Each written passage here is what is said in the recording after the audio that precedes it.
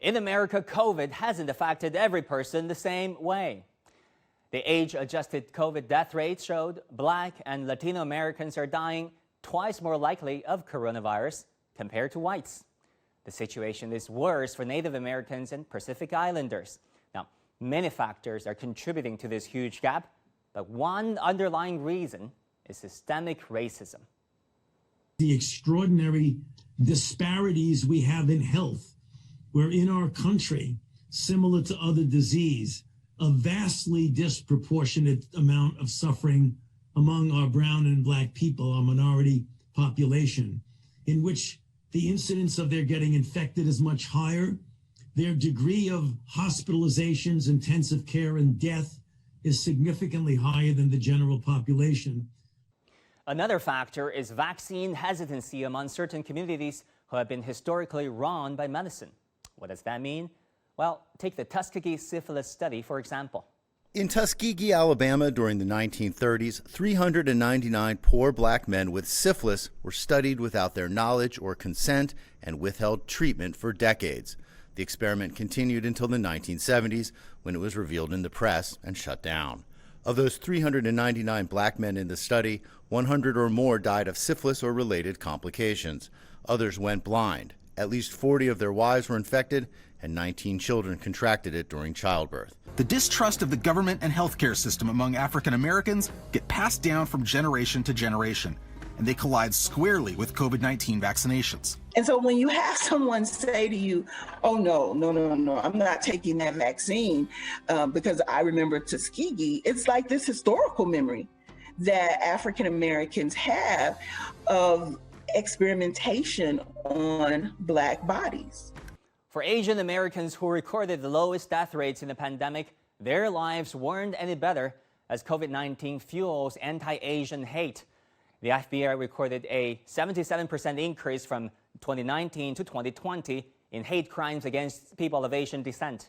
According to Stop AAPI Hate, a California-based coalition that tracks self-reported incidents of harassment, assault, and discrimination against Asian Americans, there were over 6,000 cases in 2021, up from 4,600 in 2020. Studies also show that Americans living in poorer counties died at almost twice the rate of those in rich counties. According to the Poor People's Campaign, the 300 counties with the highest COVID death rates in America have an average poverty rate of 45%, and with household median incomes on average $23,000 lower than counties with lower death rates. Now, William Barber, co-chair of the Poor People's Campaign, said, and I quote, "The neglect of poor and low-wealth people in this country during the pandemic is immoral, shocking, and unjust, especially in light of the trillions of dollars that profit-driven entities received." The impacts of COVID on families are not just financial. His wife is a single mother of 4 kids. She was a stay-at-home mom before, but is now looking for jobs in order to have more money to take care of her children, who are only 7 years old, 6, 4, and 1. The baby girl, Paisley, could point to a picture of her father and say Dada, but the reality of him no longer being here is hard. That's what we've been doing. I've been, showing her pictures so she knows where her daddy is,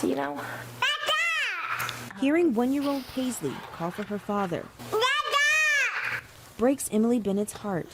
7-year-old Mackenzie cries too, followed by 4-year-old Savannah. 6-year-old Easton is comforted by his mother as they reflect on the loss of a husband and a father, Chad. He died on a ventilator from COVID July 29th. I called the hospital to see if I could bring the kids up so they could tell their daddy bye one last time. I couldn't come up. According to the White House, more than 200,000 children in the United States have lost a parent or caregiver to COVID-19. What happens once a child has lost a primary caregiver? Well, the first urgent thing that we have to do is make sure that they don't go into an institution. There is very strong evidence that orphanages, institutions have very much higher rates of abuse, of sexual exploitation, that children's long-term outcomes are much more difficult. And so what we have to do is find them family homes, ideally within their extended family, but to support families to look after these children. They'll be recently bereaved, they may be out of school, they need extra support, parenting support and economic support within that family.